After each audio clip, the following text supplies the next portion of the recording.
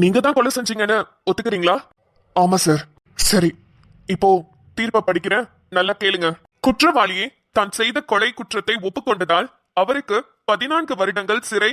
இல்ல, நிறுத்துங்க, நிறுத்துங்க, வேண்டாம்.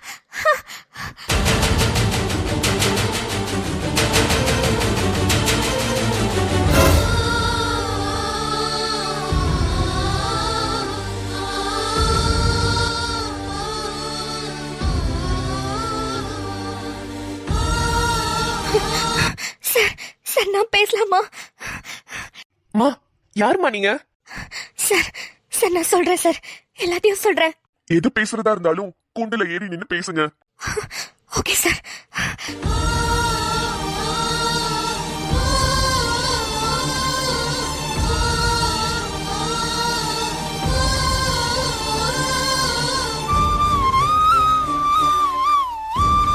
சொல்லுங்கம்மா, யாரு நீங்க? உங்க பேர் என்ன? இவளா? இவளதான், இவளதான் நான் அவரை கூட பார்த்தேன். இவ பேரு தான் ரதி. இவளுக்கு புருஷன் தான். என் புருஷன் பேர் இருந்துச்சு. ரதி, உண்மையை சொல்ல வேண்டிய நேரம் வந்தாச்சு. இதுக்கு மேலேயும் என்னால முடியாது. ரதி, ரதி வேண்டாம். இவ்வளவு நாள் கஷ்டப்பட்டதெல்லாம் வீணா போயிடும். அண்ணே, அண்ணனா? அப்பா, இவ்வளோ நாள் யாருக்காகனே கஷ்டப்பட்டீங்க? எங்களுக்காக தானே, என் குழந்தைக்காக தானே. தோ என் குழந்தைய வந்துருச்சுன்னு போதும்னு. உங்களை இதுக்கு மேல கஷ்டப்படுத்த எனக்கு மனசு இல்லைன்னு. ரதி வேண்டாமா, சொன்ன சொன்ன கேளுமா. கோர்ட் டைம் வீணடிக்காதீங்க. என்னன்னு தெளிவா சொல்லுங்க. சார், சார் நான் சொல்றேன் சார், எல்லாத்தையுமே நான் சொல்றேன் சார். என்னோட பேரு சந்தியா. நான் தான் சக்திவேல். அதான் இறந்து போனாரு, அவரோட வைஃப்.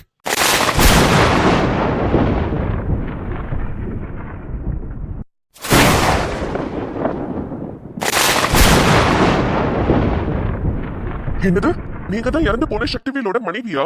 ஆமா சார், சக்திவேலும் நானும் காலேஜ் படிக்கும் போதே லவ் பண்ணோம் சார். எங்க வீட்ல அவரை கல்யாணம் பண்ணி கொடுக்க மாட்டேன்னு சொல்லிட்டாங்க. அதனால அவரு கூட ஓடி வந்துட்டேன் சார்.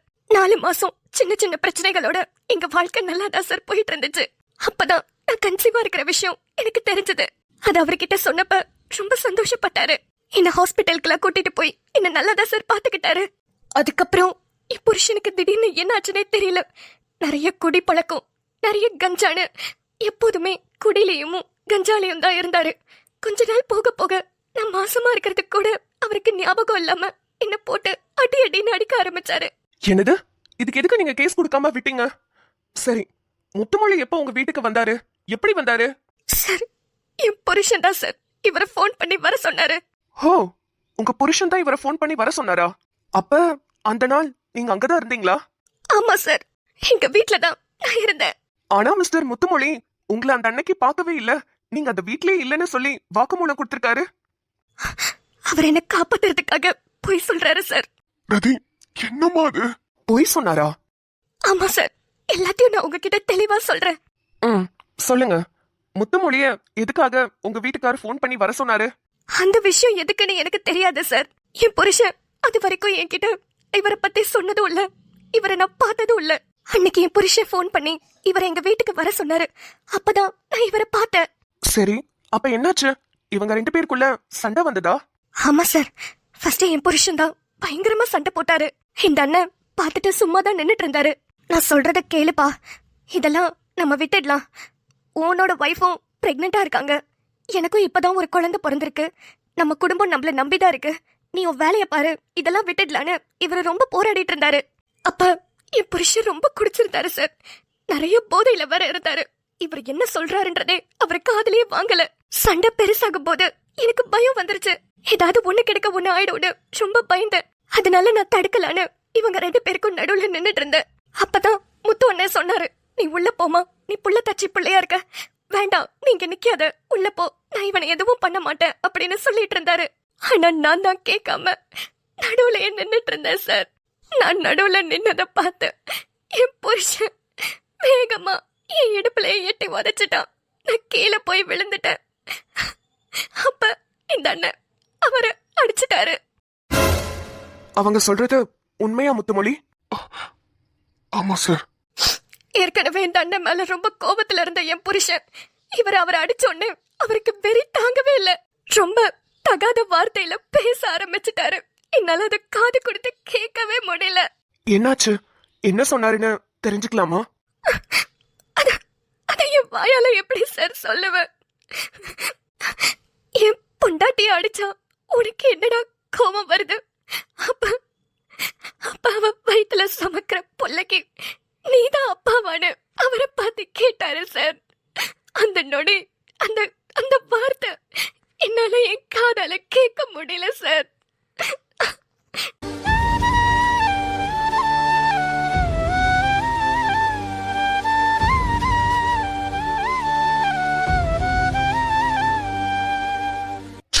மனுஷன் அவளும் மிருகம், மிருகத்தை விட மோசம். எவ்வளவு கேவலமா கேட்டிருக்கான். அவளும் செத்தது தொப்பே இல்ல. சாரிமா. பரவாயில்ல சார். சரி, கண்டினியூ பண்ணுங்க. அப்புறம் என்னாச்சு? அதுக்கப்புறம் இந்த அண்ணனுக்கு பயங்கர கோபம் வந்துருச்சு. அவனை பயங்கரமா திட்டாரு. ஆனா என்னால அந்த வார்த்தையை கேட்க முடியல சார். அதை என்னால ஜீர்ணிச்சுக்கவும் முடியல. மிஸ்டர் சக்திவேல் அப்படி பேசினதை கேட்டு அந்த கோவம் தாங்க முடியாம தான் மிஸ்டர் முத்துமொழி அவரை கத்தியால குத்திட்டாரா? இல்ல சார். ரதி, அந்த அண்ணன் அவரை கத்தியால குத்தல சார். என்னது? அவரை குத்தலையா? நான் தான் சார் என் புருஷனை கொலை பண்ணேன். நான் தான் சார் அவன் வச்சிருந்த கத்தி எடுத்து அவனையே குத்திட்டேன்.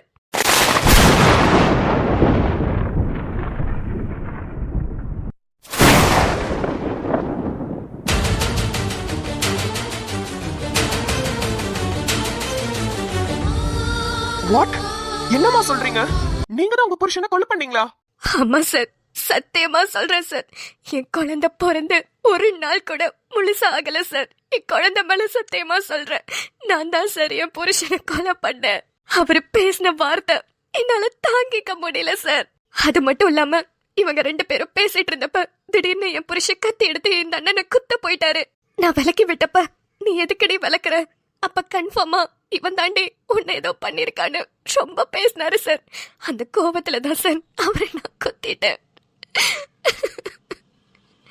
போதையில அந்த மனுஷனுக்கு என்ன பேசுறான்னு அவனுக்கே தெரியல சார். போதைக்கு ரொம்ப அடிமையாயிட்டான்.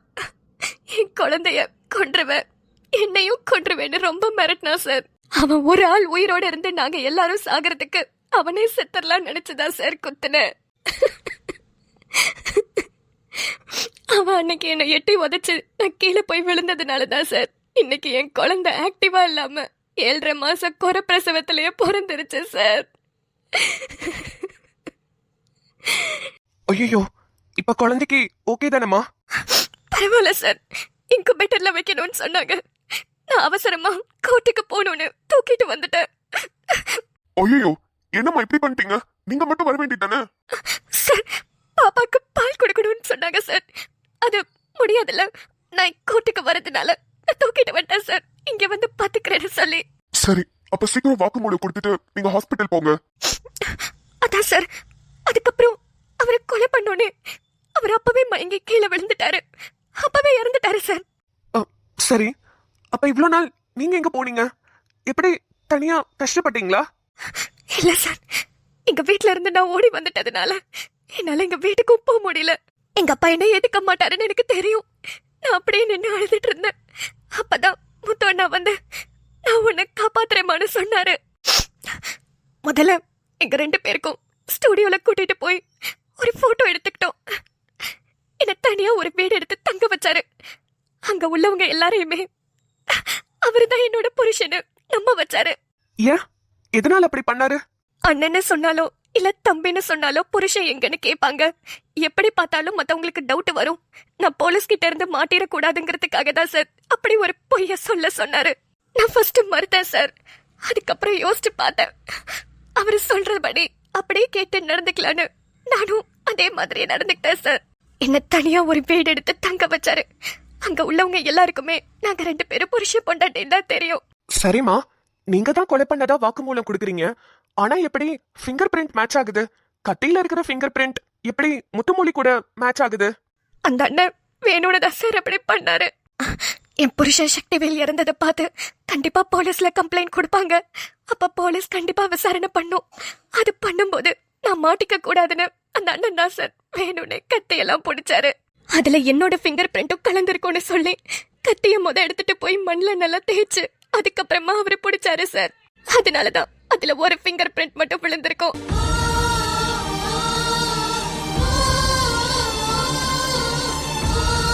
அது மட்டும் இல்ல சார், என்னோட உண்மையான பேரு சந்தியா. அந்த டவுட் கூட யாருக்கும் வரக்கூடாதுங்கிறதுக்காக தான் எனக்கு ரதி தேவின்னு இவரு தான் பேரையும் மாத்தி வச்சாரு.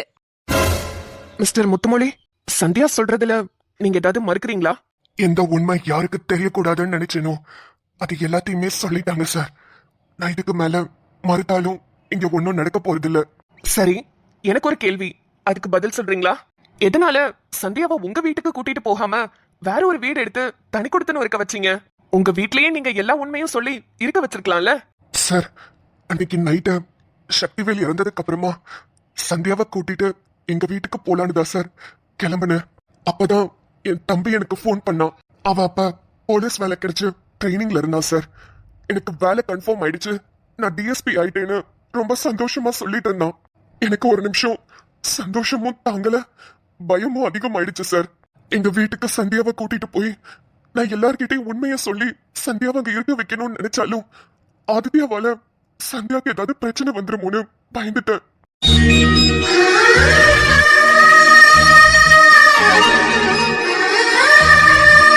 வீட்டுக்குள்ளேயே, அதுவும் என் தம்பியே போலீஸா இருக்கும்போது நான் எப்படி சார் சந்தியாவை வீட்டுக்கு கூட்டிட்டு போக முடியும்? ஓ, அதனாலதான் நீங்க தனியா வீடு எடுத்து தங்க வச்சீங்களா? ஆமா சார், நான் எங்கேயுமே அவங்கள வெளியே அனுப்பாம தான் பாத்துக்கிட்டேன். ஆனா ஹாஸ்பிட்டல் செக்அப்க்கு வேற வழி இல்ல, வெளியே கூட்டிட்டு வர மாதிரி ஆயிடுச்சு. ரொம்ப நல்ல விஷயம் தான் பண்ணிருக்கீங்க. ஆனா உங்களை கொலை பண்ண வந்த சக்திவேலோட வைஃப உங்களுக்கு எதனால காப்பாத்தணும்னு தோணுச்சு? சார், அவங்க சொன்னாங்கல்ல, பேசிட்டு இருக்கும்போது அந்த சக்திவேல் இவங்களை எட்டி உதைச்சிட்டான் சார். அப்ப இந்த பொண்ணு போய் விழுந்துருச்சு சார். 6 மாசம் பிரெக்னெண்டா இருந்துச்சு சார்.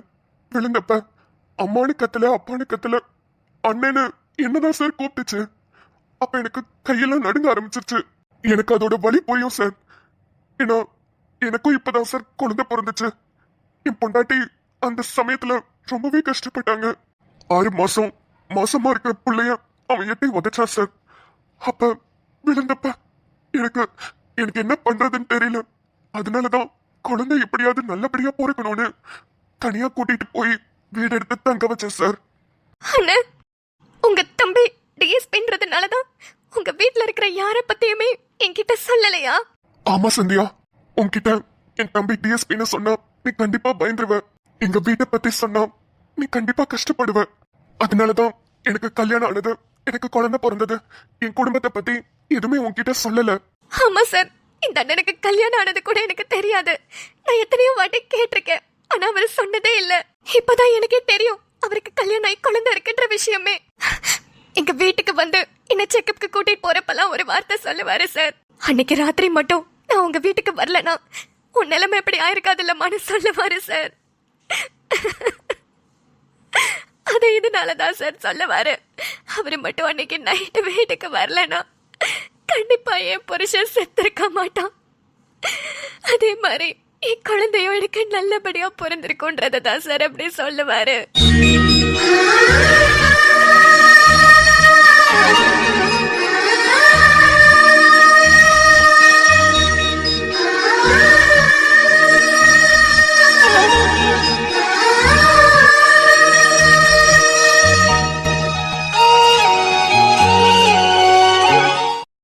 நான் சொல்லல, என் பெரிய தங்கம் தப்பு பண்ணிருக்காது.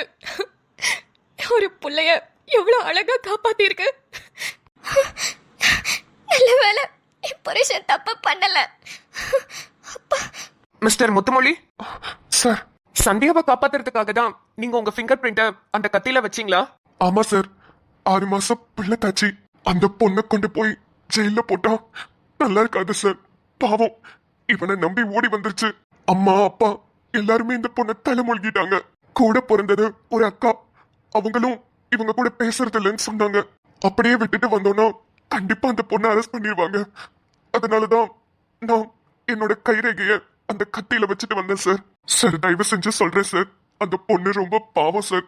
அந்த பொண்ணுக்கு எந்த தண்டனையும் கொடுத்துறாதீங்க சார். நேர்ல பார்த்த சாட்சி நான் சொல்றேன் சார். அந்த பொண்ணு ஒண்ணுமே பண்ணல சார். அவன் தான் சார் ரொம்ப பேசினான். அந்த வார்த்தையை கேட்டுதான் சார் அந்த பொண்ணு ரொம்ப கோவப்பட்டுச்சு சார். அந்த பொண்ணு ரொம்ப நல்ல பொண்ணு சார். அந்த பொண்ணை விட்டுருங்க சார். அது கொலை பண்ணிச்சுதான் இல்ல நான் சொல்லல. அவன் ரொம்ப கெட்டவன் சார். அவ்வளவு குடிச்சிருந்தான் சார். நிதானமே இல்ல சார். கஞ்சா வேற அதிகமா பயன்படுத்துறான் சார். இந்த பொண்ணை எட்டி உதைச்சு அந்த பொண்ணு போய் விழுந்துருச்சு சார். 6 மாசம் மாசமா இருக்குன்னு கூட பாக்கல சார் அவன். சார் வாழ்க்கையில நிறைய கஷ்டங்களை பட்டுருச்சு சார் அந்த பொண்ணு. ப்ளீஸ் சார், அதுக்கு மட்டும் எந்த தண்டனையும் கொடுத்துறாதீங்க சார். என் தங்கச்சி மாதிரி sir. Please sir. Your honour, நடந்த எல்லா உண்மையும் சந்தியா சொல்லிட்டாங்க. கண்ணால பார்த்த சாட்சி முத்துமொழியும் சொல்லிட்டாரு. இதுக்கப்புறம் உங்களோட தீர்ப்பை ரொம்ப நியாயமா வழங்குமாறு தாழ்மையுடன் கேட்டுக்கொள்கிறேன். Thank you your honour. நடந்த எல்லாத்தையுமே நல்லாவே கேட்டுட்டேன். சந்தியா சொன்னதையும் முத்துமொழி சொன்னதையும் வச்சு பார்க்கும்போது சக்திவேல் ரொம்ப கடுமையான வார்த்தைகளாலும் ரொம்ப கொடூரமா சந்தியாவை தாக்கியதாலும் தான் சந்தியா கோவப்பட்டு அந்த முடிவு எடுத்திருக்காங்கன்னு தெரிய வருது. முத்துமொழிக்கும் சக்திவேலுக்கும் ஏற்கனவே ஒரு பிரச்சனை இருந்திருக்கு. அதனாலதான் முத்துமொழிய சக்திவேல் அவங்க வீட்டுக்கு கூப்பிட்டிருக்காரு. இது எல்லாத்தையும் அடிப்படையா வச்சு பார்க்கும்போது சக்திவேல் தான் பெரிய குற்றவாளி. அவர் உயிரோட இருந்தா அவருதான் ஜெயிலுக்கு போயிருப்பாரு. குடி போதையிலும் கஞ்சா போதையிலும் தகாத வார்த்தைகள் பேசியதாலதான் அந்த கோவத்துல சந்தியா அவர்கள் கத்தியால எடுத்து அவங்க புருஷனையே கொலை பண்ணிருக்காங்க. என்னதான் மனித நேயமா இருந்தாலும் கொலை பண்றது பெரிய தவறு. அதுக்காக அவங்களுக்கு 10,000 ரூபாய் அபதாரம் மட்டும் விதிக்கப்படுது. கருணையின் அடிப்படையில் சந்தியா அவர்களுக்கு எந்த ஒரு தண்டனையும் விதிக்கப்படவில்லை. ஐயா ஐயா ரொம்ப நன்றிங்க ஐயா. சந்தியா அவர்களை கூட பிறந்த தங்கை மாதிரி பாத்துக்கிட்டதுக்காக முத்துமொழி அவர்களுக்கு கோர்ட் பாராட்டுது. ரொம்ப ரொம்ப நன்றி ஐயா. ஐயா ரொம்ப நன்றிங்க. ரொம்ப ரொம்ப நன்றி.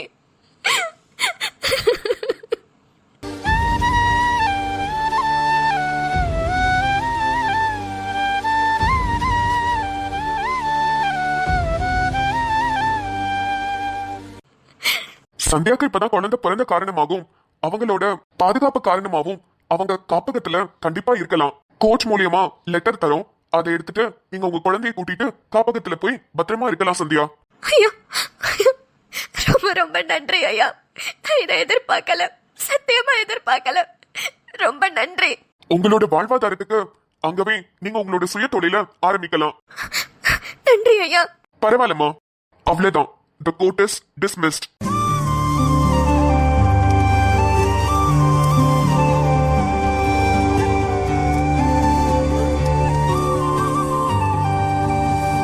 டடான்! ஏய், ஜாலி ஜாலி ஜாலி. ஃபைனலா எவ்வளவு பெரிய சஸ்பென்ஸ் ஒரே எபிசோட்ல மொத்தமா போட்டு முடிஞ்சாச்சு. அப்பாடா, ரதிதான் அந்த சந்தியாவா? முத்துமொழி அதனாலதான் சந்தியாவை தனியா ஒரு வீடு எடுத்து வச்சாரா? அப்பப்பப்பா, எத்தனை கேள்விக்கு ஒரே எபிசோட்ல சூப்பராவே பதில் சொல்லியாச்சுல. நிறைய பேரு நம்ம முத்துமொழி இப்படி எல்லாம் தப்பு பண்ணிருக்க மாட்டாருன்னு பயங்கரமா சப்போர்ட் பண்ணீங்க. ஒருத்தர் 2 பேரு நல்லாவே அவரை திட்டினீங்க. அது ஓகே, தப்பு இல்ல. ஏன்னா நீங்க பாக்குறத வச்சுதானே முடிவு பண்ணுவீங்க. சோ தப்பு கிடையாது. ஆனா எவ்வளவு பெரிய ட்விஸ்ட் நல்லாவே ரிவீல் ஆச்சுல. ஆனா ஒரு விஷயம் புரியல, எதனால சக்திவேல் முத்துமொழிய வீட்டுக்கு வர சொல்லிருப்பாரு? நாளைக்கு எபிசோட்ல தெரியுமோ? பார்க்கலாம். அதுலயும் ஒரு ட்விஸ்ட் நம்ம அட்மின் சொருகி இருந்தாலும் சொருகி இருப்பாங்க, சொல்ல முடியாது. ஓகே மக்களே, இந்த கோட் எபிசோட் உங்களுக்கு எவ்வளவு பிடிச்சிருக்குன்னு மறக்காம கமெண்ட்ஸ் சொல்லுங்க. அப்புறம் நம்ம வீட்ல இன்னைக்கு என்ன ஸ்பெஷல் தெரியுமா? தெரியலங்க. விடிய காலையில உட்காந்து இந்த வீடியோ எடுத்துட்டு இருக்கேன். இதுக்கப்புறம் தான் சமைக்கணும். என்ன சமைக்கிறது இதுக்கப்புறம் தான் முடிவு பண்ணணும். ஓகே, ஆனா அந்த வீடியோ வர டைம்ல நீங்க கண்டிப்பா சாப்பிட்டிருப்பீங்க, சமைச்சு முடிச்சிருப்பீங்க. நீங்க என்ன சமைச்சீங்க, என்ன சாப்பிட்டீங்கன்றத மறக்காம கமெண்ட்ஸ் சொல்லுங்க. அப்புறம் நீங்க இன்னும் நம்ம சேனலை சப்ஸ்கிரைப் பண்ணாம பாத்துட்டு இருக்கீங்கன்னா மறக்காம சப்ஸ்கிரைப் பண்ணி வச்சுக்கோங்க. வீடியோ பிடிச்சிருந்தா லைக் பண்ணிட்டு உங்க ஃப்ரெண்ட்ஸ் அண்ட் ஃபேமிலிக்கும் ஷேர் பண்ணிடுங்க. ஓகே மக்களே, நாளை வீடியோவில் சந்திப்போம். பாய்.